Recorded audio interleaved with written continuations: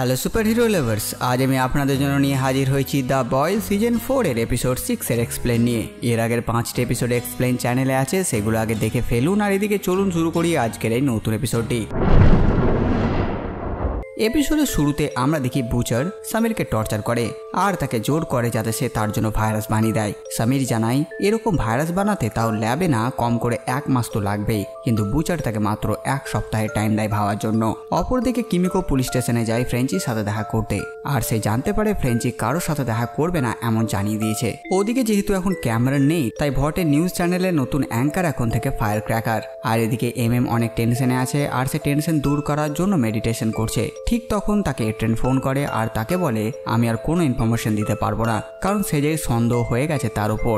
MM তাকে কোনো রকমে বুঝিয়ে নেয় সেই বারের মতন। তাদের কথাবার্তা যা হয় সেই সবকিছু এমএম বয়েজের বাকি মেম্বারদের জানিয়ে দেয়। সাথে সাথে সে এটাও বলে এট্রেনের কাছ থেকে আমি জানতে পারলাম আজকে টেক নাইটের ঘরে একটি পার্টি আছে, যেখানে অনেক পলিটিশিয়ানরা আসবে। সাথে সাথে হোমল্যান্ডার নাকি সমস্ত সুপার হিরোদের একত্রে করেছে, আর তারাও আসছে টেক নাইটের সাথে কিছু কথা বলতে।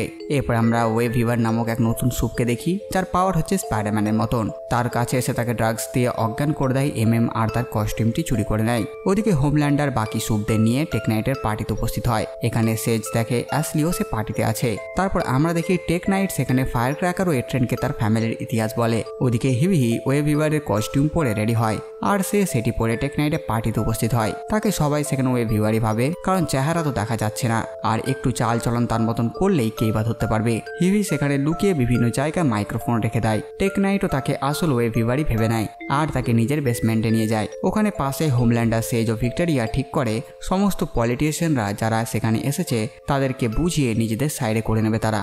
ওইদিকে হিভি যেহেতু বেসমেন্টে পৌঁছে গেছে, তাই তার সাথে বয়েজের মাইক্রোফোনের কানেকশন কেটে যায়, আর হিভির কোনো কথাই এমএম ও বাকিরা শুনতে পায় না। তাই তারা চিন্তিত হয়ে পড়ে। নিচে বেসমেন্টে টেক নাইটে সমস্ত নোংরা কাজ সম্পর্কে আমরা জানতে পারি। অপরদিকে ভট টাওয়ারে আমরা ব্ল্যাক নয়ার ও ডিপকে দেখি। তাদেরকে সে পার্টিতে নিয়ে যায়নি হোমল্যান্ডার। ব্ল্যাক নয়ার এখান থেকে চলে যাওয়ার কথা বলে, রিজাইন করে দেওয়ার কথা বলে, কিন্তু শেষ পর্যন্ত তাকে ডিপ বুঝিয়ে নেয়। ওদিকে হিভির সাথে কোনো কানেকশন না থাকায় অ্যানি, কিমিকো ও এমএম টেক নাইটের ঘরে প্রবেশ করে। ভেতরে হোমল্যান্ডার তাদের কথাবার্তাতে ফায়ার ক্র্যাকারকে ইনভলভ করে না, তাকে দূরে থাকতে বলে। যা শুনে ফায়ার ক্র্যাকার দুঃখ পায় আর সেখান থেকে চলে যায়। আর সে হঠাৎ অ্যানিকে দেখে নেয় যে টেক নাইটের ঘরে এসেছে। অ্যানি তাকে কথার জালে ফাঁসায়, আর তারপর তাকে ইনজেকশন করে তাকে অজ্ঞান করে একটি ঘরে ভরে দেয়। নিচে বেসমেন্টে টেক নাইটের সন্দেহ হয় হিভির ওপর, আর সে জেনে যায় এ আসল ওয়ে ভিভার নয়, আর তাই সে নিজের টুল নিয়ে আসে হিভিকে টর্চার করার জন্য। ওপরে এমএম ও বাকিরা বেসমেন্টের রাস্তা খুঁজতে খুঁজতে সেই রুমে উপস্থিত হয়, আর সেখানে তারা সেজকে দেখে। আর এখানে এমএম সেজের মাথায় গুলি করে দেয়, আর নিজে হার্ট অ্যাটাক করে বসে আর অজ্ঞান হয়ে যায়। কিমিকো কোনো রকমে এট্রেনকে সেখানে নিয়ে আসে।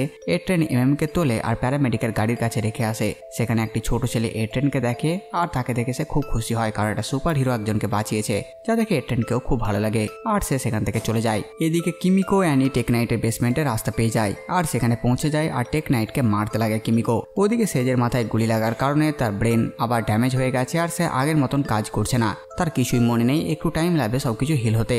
আর এখন সে একটি ছোট বাচ্চার মতন বিহেভ করে। সেজ কিছু বলার মতন অবস্থায় নেই, আর তাই হোমল্যান্ডার মিটিং শুরু করে দেয়। আর মিটিং এর মিডিলে ভিক্টোরিয়া তার সঙ্গে জয়েন করে আর তার বাকি প্ল্যান শোনায়, আর শেষ পর্যন্ত বাকি পলিটিশিয়ানরা রাজি হয়ে যায়। অ্যানি আর কিমিকো টেক নাইটকে বেঁধে দেয়, আর তাকে টর্চার করে যাতে সে তাদেরকে ইনফরমেশন দেয় যে আসলে হোমল্যান্ডার এখানে কেন এসেছে। সেখানে একজন বাঁধা অবস্থায় ছিল, সে হিভি ও বাকিদের সাহায্য করে। আর হিভি টেক নাইটের ল্যাপটপ থেকে তার টাকা পয়সা অন্য অ্যাকাউন্টে ট্রান্সফার করে দেয়, যা দেখে টেক নাইট সব বলতে শুরু করে।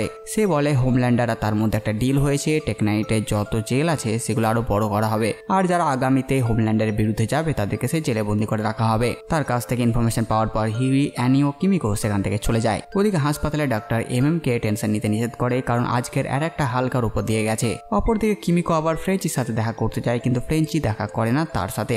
ওদিকে হোমল্যান্ডার জানতে পারে ক্যামেরন বিশ্বাসঘাতক ছিল না, আর সে ফায়ার ক্র্যাকারকে বিশ্বাসঘাতক ভাবে, কিন্তু ফায়ার ক্র্যাকার হোমল্যান্ডারের ফেভারিট জিনিস তাকে খাওয়ায়। বদলে হোমল্যান্ডার আর কিছু বলে না ফায়ার ক্র্যাকারকে। এরপর আমরা সামিরকে দেখি, সে বুচারকে বলে যে সে ভাইরাস বানাবে না, কারণ এই ভাইরাস স্টেবল না, ফলে প্যান্ডামিক চলে আসবে। সব সুপ মারা যেতেও পারে যদি এই ভাইরাস ছড়িয়ে যায় তাহলে। জো কেসলার বুচারকে বোঝায়, তো কি হলো, সুপরা মরল তো, এটাই তো আমাদের প্ল্যান ছিল সুপদের শেষ করার। বুচার তখন তার স্ত্রীকে দেখে, যে তাকে বোঝায় এগুলো ঠিক নয়, কারণ একটা সুপকে মারার জন্য ভাইরাস বানালে এতে রায়ান ও বাকিরাও মরবে যারা নির্দোষ। এখানে আমরা জানতে পারি বুচারের মাথায় আর শরীরে যে টিউমার আছে তার কারণে সে তার স্ত্রী ও জো কেসলারে হ্যালুসিনেশন দেখছে। এরা কেউ আসলেই নেই, নেই। সামির দেখে বুচার নিজের সাথে কথা বলছে আর সে অবাক হয়ে যায় বুচার কার সাথে কথা বলছে। আর জো কেসলার এখানে জানায় সেই তার সাহায্য করেছিল সেই দিন এজিকালকে মারার সময়। বুচার অবাক হয়ে যায়, তাহলে এতদিন সে জো কেসলারকে সত্য ভাবছিল। আর এখানেই এই এপিসোডটি শেষ হয়ে যায়। তো বাস বন্ধুরা, এই ভিডিওটার সাথেটুকুই। আপনারা কমেন্ট করে জানান ভিডিও আপনাদের কেমন লাগলো। সাথে সাথে আমার এই কাজ আপনাদের ভালো লাগে ভিডিও লাইক সাবস্ক্রাইব করে দেবেন। তবে নতুন ভিডিও নিয়ে আমি প্রিন্স সালমান, আর আপনারা দেখছিলেন বাংলা মুভিজ।